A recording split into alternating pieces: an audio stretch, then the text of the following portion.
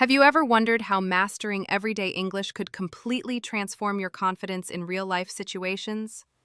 Imagine stepping into a high-stakes job interview and answering every question with ease, or chatting about your hobbies so naturally that the conversation flows without effort. Picture checking into a hotel, handling unexpected issues, and ordering food like a seasoned traveler, all while sounding fluent and engaging. In today's journey, you'll follow authentic, vivid conversations that reveal not only the right words to say, but also the subtle ways to connect, impress, and leave a lasting impression. Ready to discover the secrets? Let's begin. Mastering the job interview, confidence in action. Stepping into a job interview can be one of the most nerve-wracking experiences, even for people who are otherwise confident communicators. The pressure to make a great first impression, answer questions thoughtfully, and highlight your strengths can leave anyone feeling tongue-tied. That's why listening to a well-structured, real-life interview scenario can be so powerful.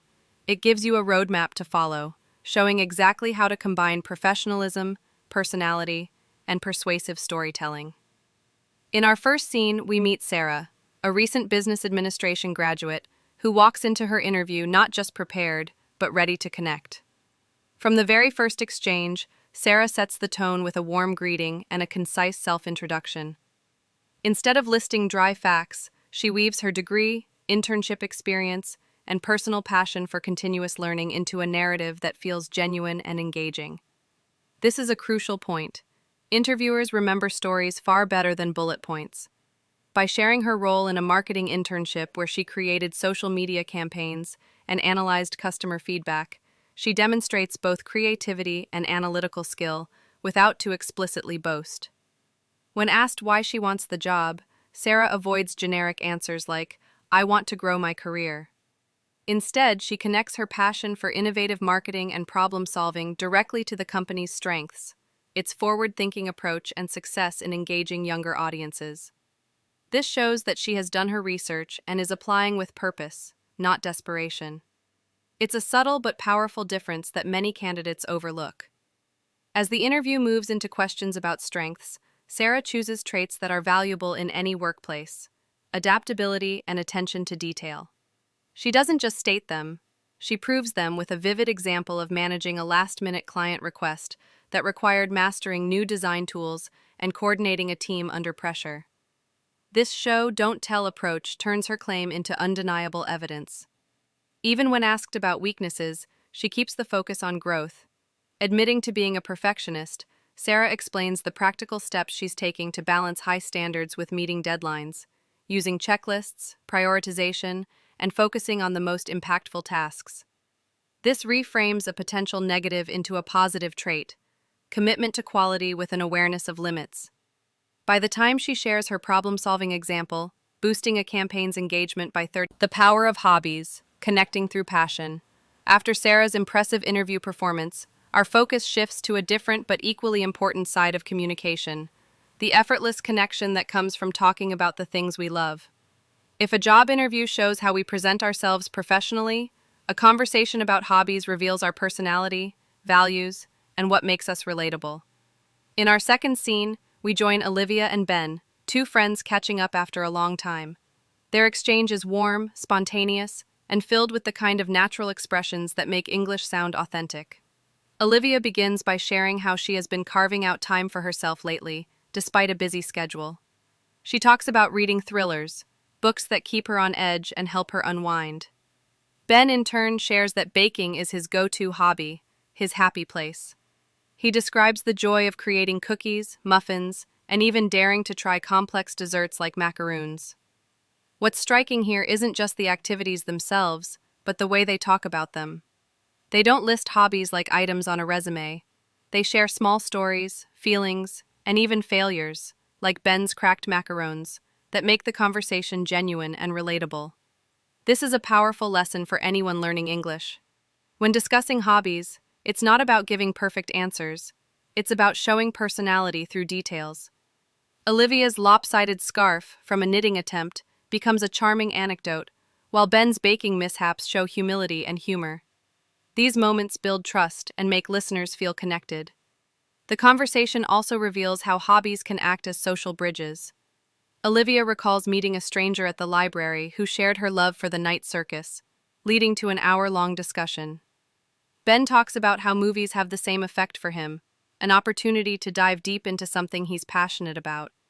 Here we see how shared interests can spark spontaneous connections, even between strangers. They also touch on unique and unexpected hobbies, birdwatching, vintage postcard collecting, showing that passion doesn't have to be mainstream to be meaningful. These examples are vivid, painting pictures of early mornings in nature or leafing through postcards from the 1900s. Such stories offer rich vocabulary and help learners see how descriptive language brings hobbies to life. Linking back to Sarah's interview, there's a deeper connection here. Just as Sarah used her personal passions to strengthen her professional story, Olivia and Ben making time for what you love, turning hobbies into a habit. In their earlier conversation, Olivia and Ben celebrated how hobbies bring joy and connection. But as they both admit, life often makes it hard to keep those passions alive. This third part of the story takes us deeper into a challenge many people face: finding the time to do what you love without feeling guilty or overwhelmed. It's a relatable struggle that almost anyone, whether a busy professional, a student, or a parent, has experienced at some point. Olivia starts by confessing that her baking, once a source of happiness, has nearly disappeared from her routine because of work commitments and endless errands. Ben responds with empathy, acknowledging the same issue in his own life. Yet instead of simply agreeing, he offers practical solutions, showing how even a short 10 to 15-minute burst of focused enjoyment can be surprisingly rejuvenating. His advice is simple but powerful. Hobbies don't have to be grand projects. They can be quick, meaningful moments tucked into everyday life. This insight connects beautifully with their earlier discussion about the value of hobbies. In the second part of our story, they explored how these activities strengthen relationships and build identity. Now they are exploring how to protect that source of joy in the face of daily pressures. Ben's suggestion of starting with something small, like decorating pre-made cupcakes instead of baking from scratch, is a reminder that consistency matters more than complexity. Olivia admits that she's been thinking of hobbies as luxuries, not necessities.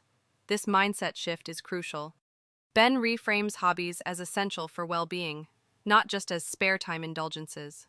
He even shares his own method, treating hobby time like an appointment, blocking it out in his schedule, and committing to it the same way he would commit to a work meeting. This makes hobby time non-negotiable, signaling to yourself that your personal joy and mental health matter. Their conversation also touches on the emotional barriers that keep people from enjoying their hobbies.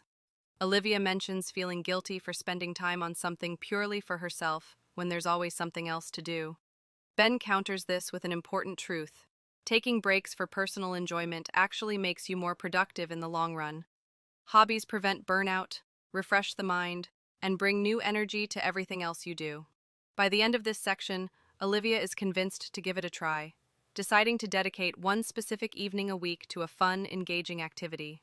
It's a small commitment, but small steps often lead to lasting change. Linking back to the second part, where hobbies acted as bridges between people, this scene shows another side of the same coin: hobbies as bridges back to yourself. They're not just about connecting with others, they're about reconnecting with your own interests, values, and creativity.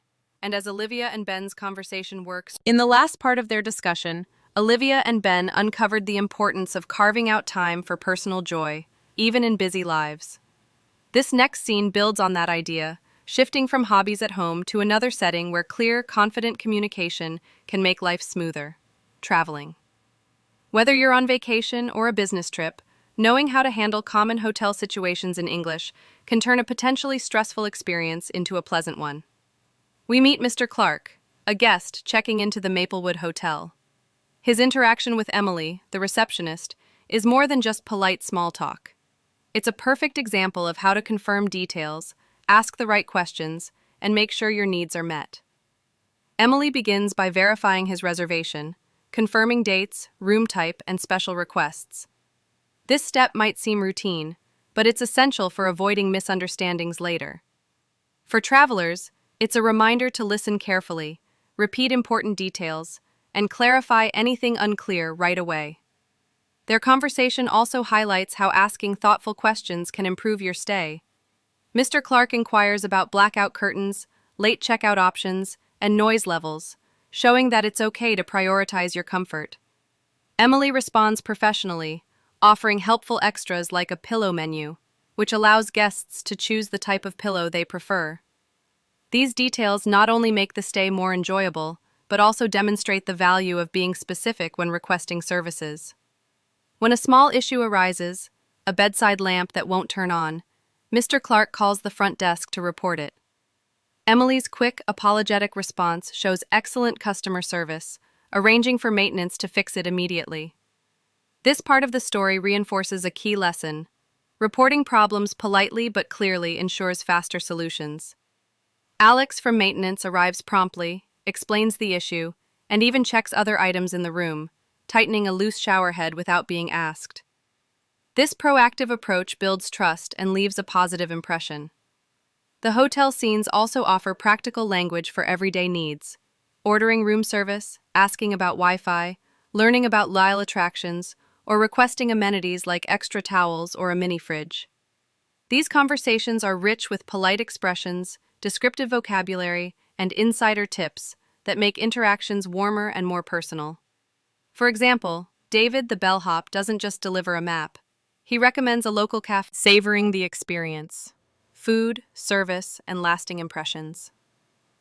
From the moment Mr. Clark checked into the Maplewood Hotel, his trip was shaped by clear communication and thoughtful service.